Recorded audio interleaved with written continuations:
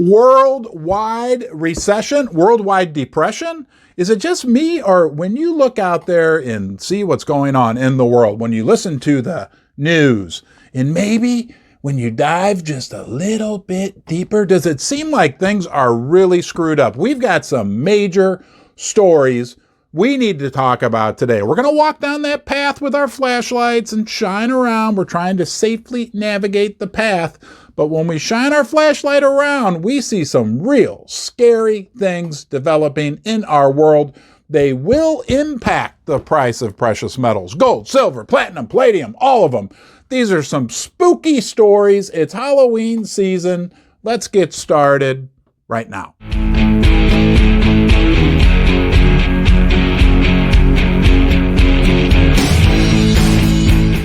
We're going to talk about 5 spooky facts. Yes, just 5. Can you stick with me for that long? I promise I'll always be your friend, and I'll try to entertain you and provide you with some great information. But the first thing we need to talk about, number 1, sky-high interest rates. The 10-year Treasury note was at 4.3% this morning. Now, that's just a number, but that number happens to be about 8 times higher than where it was just a couple years ago, and it is wreaking havoc in many ways all around the world.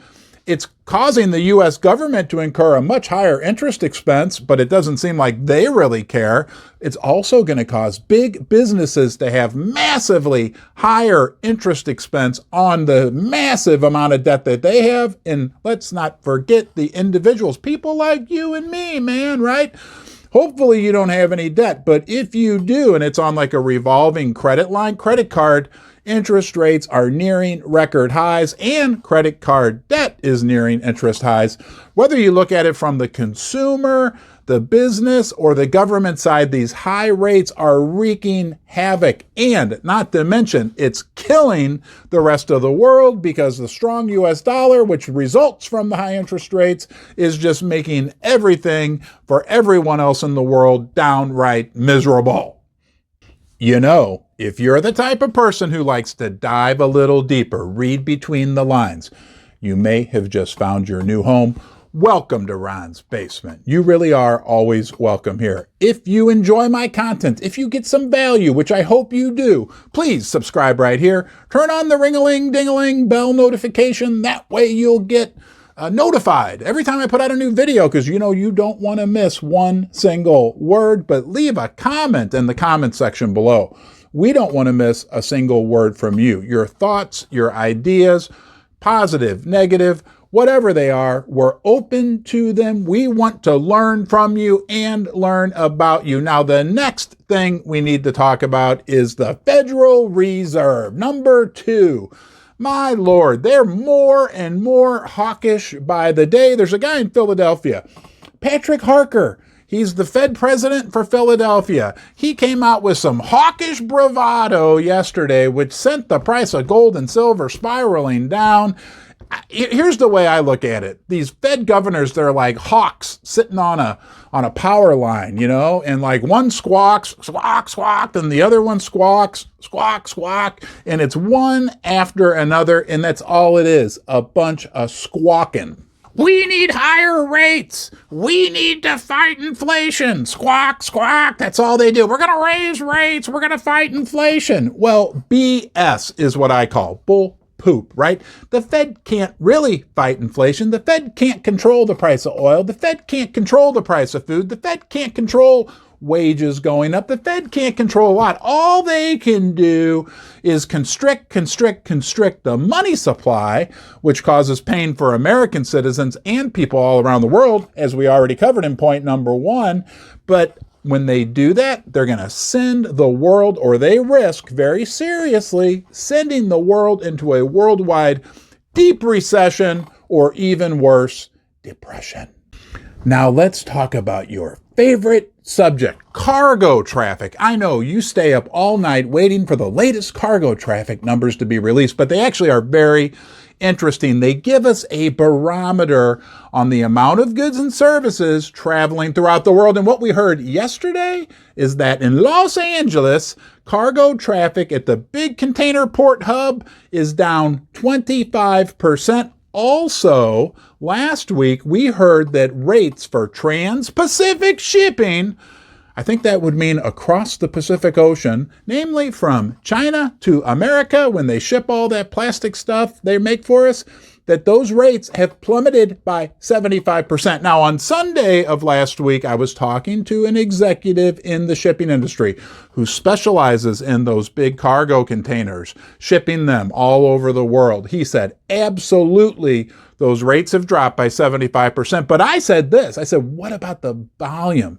Are you seeing the volume pull back? He said it took a little while, but absolutely right now, volume is pulling back. What does that tell us? That tells us that trade of goods, actual goods, is slowing precipitously. They may be able to say, oh, retail sales are doing great, blah, blah, blah. Well, everything cost 50% more. So on a numbers level, yeah, retail sales might be the same, but in the terms of the number of goods, which will impact the economy, will impact jobs, the number of goods being traded is down. I'm sorry I rambled on so long about that. Let's get on to the next point. And it's a good thing we don't have any products coming into the country from China, because we are soon going to be faced with a big challenge of moving things around the country. Yes, a supply chain catastrophe. Possibly. Have you heard? The Mississippi River, just a stone's throw from the basement here in St. Louis, Missouri. The Mississippi River level waters are at near record lows. Barge traffic has essentially ground to a halt. Folks, a ton of products, a ton of agricultural items, commodities move up and down the Mississippi River, and things are nearing a standstill. I read a comment from a 40-year riverboat captain who said he's never seen it this bad. So we've got issues there, but it even gets better. Did you hear that we only have 25 days of diesel fuel supply left in this country?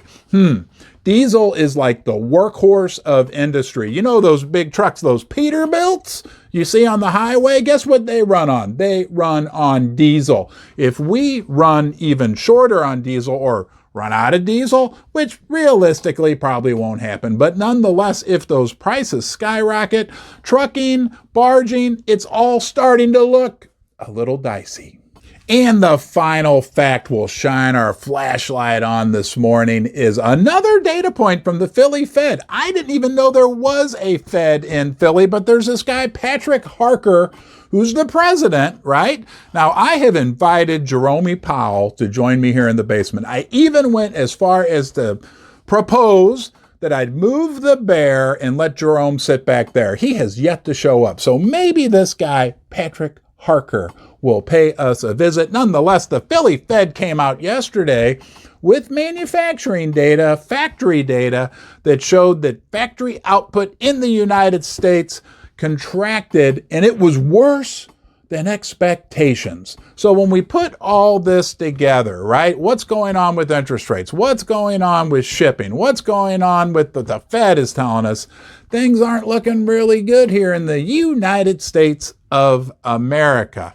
The Fed will eventually have to pivot. There's all this debt. There's all this bubble gum and duct tape holding everything together. And when they do, don't forget, gold and silver, they've been around. They've seen this show a couple times, right? This isn't their first rodeo. They will maintain their value like they have for thousands and thousands of years. They've held their value not only for all that time, but everywhere. Think about it. Gold and silver are valuable everywhere, right? United States, Russia, South America, North America, probably would even be valuable on the moon. But nonetheless, they've always been valuable everywhere. So while it's been painful for us, I understand, right? Firsthand, I have firsthand experience. I'm with you. It has been painful.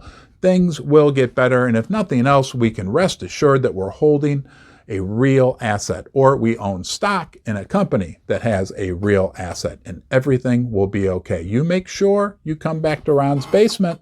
I appreciate you watching. Watch another video or go watch something else interesting. But until next time, you be well.